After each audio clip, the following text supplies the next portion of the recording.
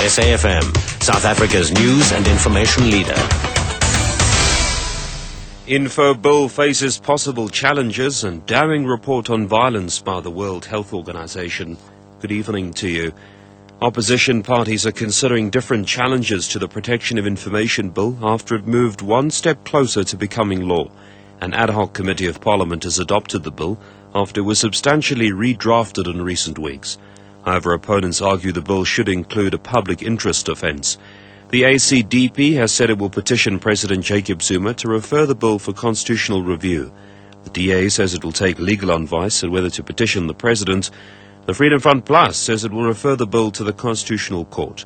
The ANC's chief negotiator on the bill, Llewellyn Landers. One of the instructions we received from the leadership of the ANC very early in the consideration of this bill was that it had to be constitutional. So it's not as though we've completely ignored that aspect.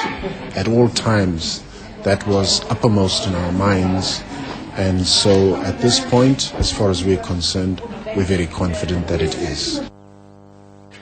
Another police officer has been killed at a village near Mahikeng in the northwest. The body of the warrant officer who worked for the organised crime unit was found with multiple gunshot wounds at his house. His wife has been admitted to hospital with serious injuries.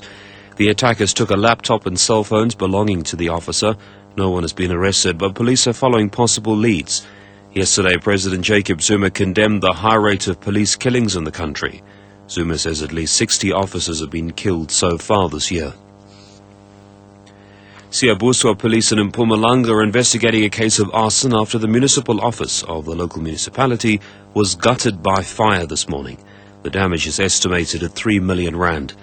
Police spokesperson Buzi Msweni.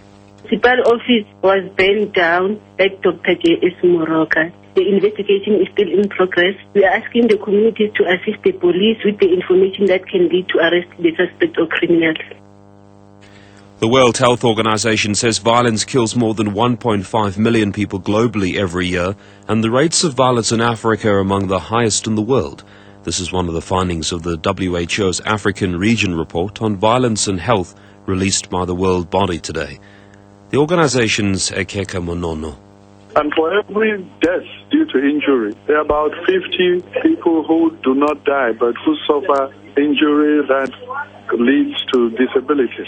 If injuries are responsible for the large number of deaths and disabilities, they ought to be taken seriously. And one of the things we need to understand is that management of injuries is one of the most cost-effective health interventions.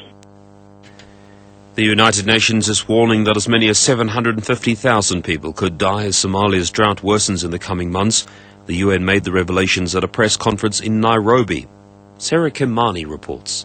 Without giving exact figures, the United Nations humanitarian coordinator, Mark Borden, announced that tens of thousands of Somalis have died following a long dry spell in the war-torn country. He described the food crisis as the worst in 60 years. The United Nations told the media that in total 4 million people are in crisis in Somalia, with over 750,000 people at risk of death in the coming 4 months in the absence of adequate response. Children are the worst affected. Sarah Kimani, SABC News, Kenya. 2 Australians have been arrested for allegedly attempting to fly out of Portugal with 6 rhino horns valued at 4 million rand in their luggage. Portuguese authorities say the arrest came after a spate of rhino horn thefts from European museums this year. The men are suspected of belonging to an international syndicate involved in the illegal trade of rhino horns to China. Interpol and Europol are helping Portuguese authorities investigate where the 6 horns came from. Authorities say the horns are more valuable than gold on the black market. The top story: opposition parties are considering different challenges to the Protection of Information Bill after it moved one step closer to becoming law. An ad hoc committee of Parliament has adopted the bill after it was substantially redrafted in recent weeks.